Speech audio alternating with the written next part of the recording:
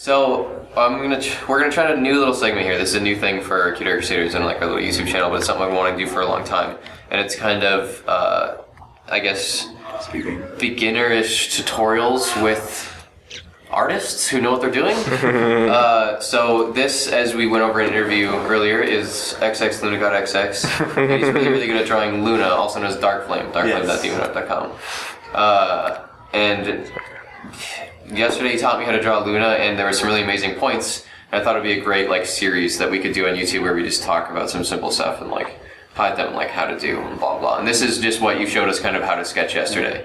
It's kind of the basic that led up to it, where you showed us some basics and then you started just going over some line work and like, ta-da, Luna, circles, pony, Luna. So, anywho, go ahead and you can bring up a new page for us. New one. New. Okay. So yeah, go ahead, man. Yeah, so generally I like to kind of start with the head, because the head for me is the most important part.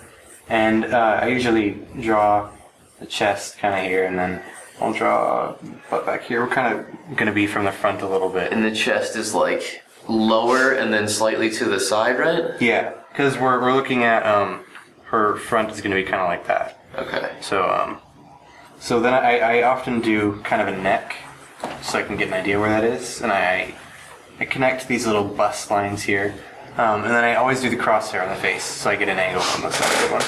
And obviously I don't get it right the first time every time. So I redraw a lot sometimes. That's why digital is fun. So this is Luna looking down? Yeah, downish. Can you draw Luna looking straight just to keep it simple a little bit? I can do that. Yeah. Because I remember we were just drawing straight on Luna, side Luna shot, and it was kind of like a plus going down there. Yeah, I can do that. I'll do head turned side. Just straight crosshairs. So this is just Luna looking straight forward. Fixing the circle, because you'll never get the circle right the first time. Yeah. That's one thing, you don't always have to get it right the first time. So I have these crosshairs. These are really essential, and I always try to find the nose bridge. For me, with Luna, I start connecting it here, and I bring it down to about 2/3 from the bottom point to the halfway point-ish. It's different every time, and then I draw the front of the muzzle here that's pretty much the same angle as the actual circle here. And then I do a little curve under the bottom here. And then this just kind of creates a little natural jawline. It's a little low here. Yeah, that's better. So it's circle plus, and then the nose starts on the edge of the plus, right. and dips down a bit, and it's the front of the nose, and you connect it to the bottom of the circle to make the jaw. Yeah, and it's a little different every time, so I'm never going to get it perfect. So I just have to play with it. Like the differences. You learn to accept that it's going to be different and actually embrace it. I gotcha. Yeah, and then I usually draw the ear halfway here. A lot of people say never to do that, but I like it that way, so I do it anyway. And I like to have the ear back there. A lot of artists intentionally forget that ear, but I like that ear. The hair swoop is the part that always gets people. It's really hard, and it took me a lot of practice of just drawing Luna over and over and over and over again. But it really helps if you do it in just a couple strokes. So I usually do that. Yeah, that looks good. Sometimes I don't get it right. One instant swoop. But if we talk about the swoop, it looks like it's starting from the bottom of the ear, right? Yep. And then dipping down a bit, going across the head, and then swooping back. Well, if you think about it, it's curling around the ear. Yeah, exactly. I think of it like it's coming around and then curling it back behind her head again. And that's pretty much just how I think about it. Sometimes I'll bring it farther down. Sometimes I'll actually draw it more so that you've got this part here sticking in front of her face again, because that's kind of cute too. But then I come back here, and I have the line kind of go up a little bit, and then you just sort of connect them. And there, that's the hair swoop. So it's kind of even. It actually looks like some more Trixie hair. Like, it looks like Trixie's hair with, like, more condensed onto the top of that. So it's kind of going off the top of the page a little bit here, but then I usually do the other part of the hair in one big thing. Swoop. Yeah. The swoop's pretty subjective. Like, you can kind of have fun with the swoop. Definitely. I like to do Luna swoop. The swoop's a lot of fun. It depends on the mood you want. Sometimes you want a short hair Luna and you just kind of do little swoops and that's it. Sometimes you want a just giant hair covering the entire page, whatever you want. And then the horn. Oops, zoomed a little bit. And then the horn up here. The angle doesn't matter too much. People generally don't notice if it's way off. I usually place the butt circle in the wrong place, so I have to move it around. close enough. It's a little close to the chest. So now how does that line work? Yeah, It's like the back in like... Yeah, that one. in general. That one's a tough one. And honestly, I don't like this one here. I'm actually gonna just erase the whole back end and redraw that. I do that a lot. Yeah. It's gone. Probably somewhere.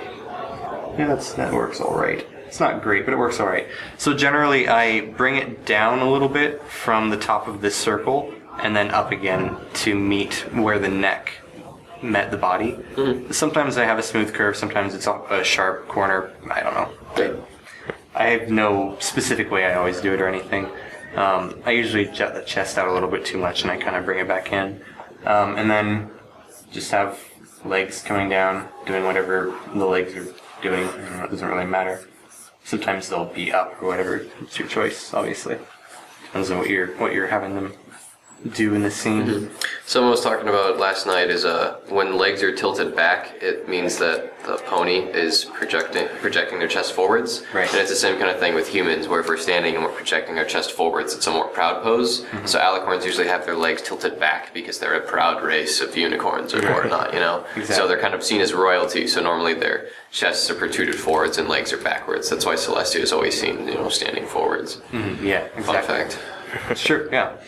And sometimes I like to draw Luna completely breaking that rule because it's just cute.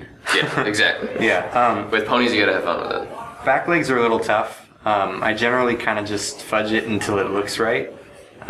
They're always tough for everyone. Yeah, it looks It looks pretty good. Yeah. It's good enough. It's a little awkward, but it gets the idea. So it looks a bit like... It's too short is the problem, but I'm off the canvas, so... Yeah. I'll just go down the bottom. Kind of the general direction. I feel like the hard parts and the good parts to highlight are like this part in here. Yeah. I don't know if I can move this. And you can zoom in and everything. Yeah. We'll go right there. So like this part is basically kind of the hip. I like to think of this as one solid thing. Normally you erase this part in here because that's where the hip connects into the body, right? Right. But this is like one solid, almost egg shape, like hip shape. Yeah. And then you have this extra joint in here. Alicorns is usually longer than ponies. Ponies, this kind of connects together a little bit. Yeah. Alicorns have like this longer hip in here, and then again like the huge, with long the leg. ponies, they usually have just the rump, and then you've got this little tiny jut, and then the leg comes down, and that's the leg. But with the alicorns, there's often actually like you get this whole thing that happens down here. And it's a little weird comparatively. I've also noticed that ponies have an opposite. So like for you guys, if you're trying to like draw this, it's for like alicorns especially. This whole like oval shape in here is like really important. Yes. And then this extra bit on like added onto here, and then obviously like the leg. Yeah, exactly. But it's that 3-part that becomes kind of important to showing like an alicorn leg. Where ponies like obviously it's a little. I feel like this will kind of smooth out or whatever and connect, but this jutting becomes a lot. Yeah, it's true. Yeah. Or whatever. And I kind of drew the back leg here odd. The connection, the leg is too far forward, so I'm gonna adjust that a little bit. Just my own 2 cents, but I've noticed a lot of people that ask me for help, they never usually can get their legs right, but that's because they always try tapering inwards like a normal animal does. But ponies, when you go from to the bottom, it's actually wider at the bottom than it is at the top. Yeah. So they actually widen out. It depends on how much your own style that you want it widen out. So some people like it really wide. Some people just like a little subtle taper. Yeah. But and then the belly line is interesting. You start it from the bottom of this circle here, and then just kind of bring it up. Depending, like if you want to have super thin, you can go for weird like that, but that's a little weird looking. You can go for really chubby, make them look kind of soft and cute or whatever. I kind of just do something close to that. The body's a little long in this case, so you just kind of have to figure it out. It's kind of preference how you want it to look, skinny or athletic, whatever. I usually end up rounding this a little bit and then protruding the chest, especially like with male ponies. Like I'll make the chest a bit like wider or whatever. And that's one thing. A lot of the time, because of the way actual horses are, the way this connects here, it's not just a curve like that. Sometimes it actually curves back this way. See it like that. Because that's something actual horses have. I don't know. That's just something I do sometimes. It's just important they like break this up because this connects, Yeah, the body's really thin in this case. It's a little better. And then I like the back leg. It's kind of, I oversimplify it because it's not too important. because it's a back leg, and if it's too detailed or perfect, people will stare at it and it'll be distracting, so I don't really focus on it. And I just kind of stick it in there, kind of like a mirror image of the other one. So it's kind of like spread out. Because normally I'd see like, because this is 2 legs at a different angle, or these are technically 2 legs at a different angle, this one seems a little more like spread out a bit. Yeah, so if it's like a top-down view, these are the front legs, and then these are kind of the back legs. Yeah, I can see that. yeah. That's generally what I do, just because I like that pose. But I feel like not everyone does maybe that. someone's preference again is just scooting this in, and like that's pretty simple, and you just find what you think you looks better. Yeah, and But, then wings take a lot of figuring out, and I have not figured them out. They're kind of like awkward oval egg things. Yeah. And like Hasbro just like throws them on there and then puts 3 lines on them and calls them wings. And all of a sudden when they fold out, it's just like metamorphosis. Yeah, and really, just turn into a flying horse. Yeah, it's true. And then I always Looks like to good show to the me. back wing too. And then obviously the tail is once again like the mane. You just kind of do one Swoopy big doo, yeah. flowing thing. If the swoopy doo ever looks the same, you're doing something wrong. Yeah. And then real quick for the eyes, like I said before, just briefly, I always find the nose bridge. That's really important to me. So nose bridge being the front part of the eye? Right, this part right here, and just like if I do 3/4 with the crosshair, you can see if I draw the muzzle here, kind of like that. The nose bridge will be this part right here that is in between the eyes, that comes from the muzzle. That a lot of people actually keep those lines in. I don't personally do that, but it's still important to find where those are because it'll show you exactly where the eyes belong. So I find the nose bridge from the side view. It's really easy because it's always just right there, and then just fill in the eye. Yeah. Okay, well you did nose bridge something and all of a sudden you had an eye. Yeah. So it's the front part of the eye, right? Right. And then it's like a tilted back part of the eye, or what was the next part at the top of the Yeah. eye? So you got the front part of the eye. Actually, this is going to be too big. I'll zoom in a little bit down here. You've got the front part of the eye here, and then I usually do the top, obviously. Depending on the expression, this is the part that personally I use to change the expression the most. So it's like the top of the eyebrow or lash or whatever. It's just the top of the eye. Yeah, so like if it's a kind of caring or worrying, it'll curl up in the front. Or if it's angry, the whole thing will be generally downward, you know. It's pretty much, other than the eyebrows, the biggest part of emotion in the face, I think. And then I like to have an overall like diagonal trend to the shape of the eye. So I kind of do like that with it. And really figuring out exactly these right angles. It's just doing and finding what you like. And so which is pretty simple. Line, and then kind of just like the diagonal swoop. And then it's what, an oval and another oval, basically? Yeah, pretty much. Just depending on where you want them to be looking, and you just draw, oops, that's a bad one. You just draw your oval around it, and then obviously the highlights, and fill in the color, and yeah, that's the eye. Okay. And one thing that's worth noting about eyes, it's pretty standard. You'll learn this if you look up eyes anywhere, is the top is darker, because it kind of represents eyelashes. Yeah, The bottom is never the darkest part because it looks really weird. A lot of new artists will make the whole outline of the eye the same thickness, and it just looks really weird. And then obviously little eyelashes. Her eyelashes are kind of like that. Which is what adds femininity. Right. Yeah, so the top part's usually the darkest and sometimes the front, but normally it doesn't matter because the black of the eye usually cuts into it anyway. Yeah. But sometimes when drawing you'll see the front of the eye highlighted too. Yep. So yes, there's a nice eye. I'm going to zoom back over here. To 2 fingers. 2 fingers. Oh, look at that. Fancy. I'll let you do it. And then you can, there. Okay, sweet. So yeah, that looks like pretty much basic sketch of Luna. Are we missing anything there? Except cleaning it up, obviously, but that'll take a while. So, the cutie mark. There's that. That's what we're missing. The cutie mark, and I guess the accessories, kind of those two. The cutie mark, I generally just do. Oops, I lagged a little bit. A little swoop, another swoop, and then a little circle here for the moon, and then a smaller circle inside of that I fill in with color, and then I just fill in the whole thing. I don't really go into much detail with the cutie mark. I probably should, but I don't. I just like to let it be loose. Yeah, it's a butt mark. Yeah, Whatever. It's just a butt mark. Just ink. Yeah. And then for the crown, it's kind of off the canvas a little bit, but I can zoom in a little. It sits behind her horn completely, and it's a 3-pronged, this little bit, and then it comes up higher here. And then in the show, they actually make the farthest one even higher like that. It's a little odd, but whatever, that's just what they do. and fill it in because it's just pure black.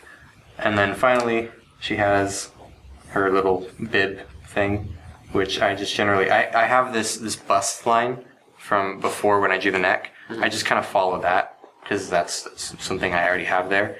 And then I just kind of hang this circle around her neck.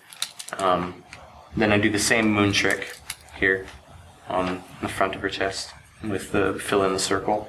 And then fill in this whole bib shape. And Luna bib, yep.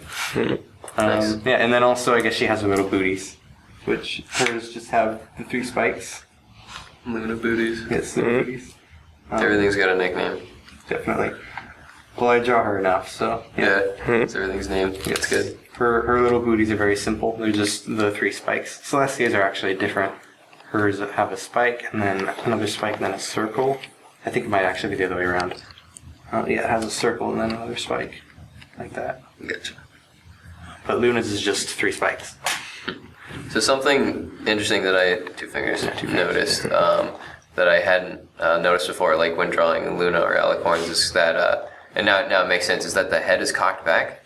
So like you drew a circle and then a circle slightly more forward, so when you connected it, you connected the back of the circle to about the 3/4 mark. Yeah. Or what the quarter mark of the, in between the two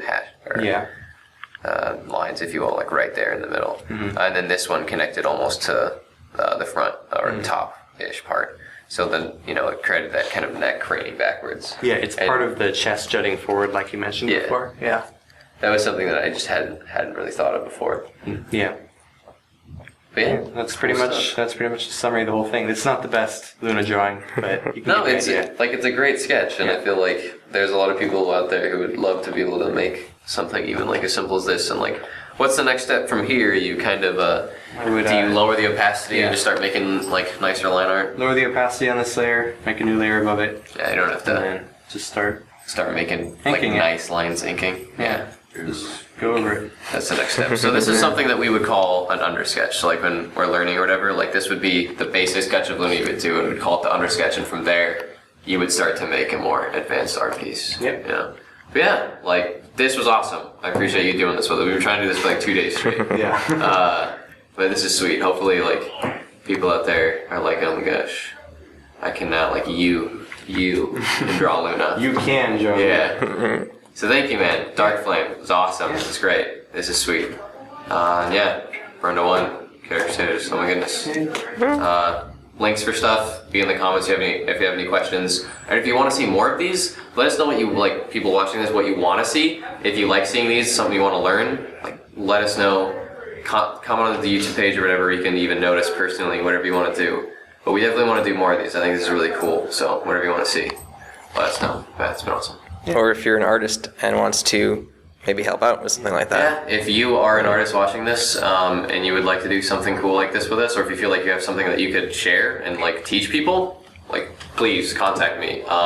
You can tweet me at Bernd01.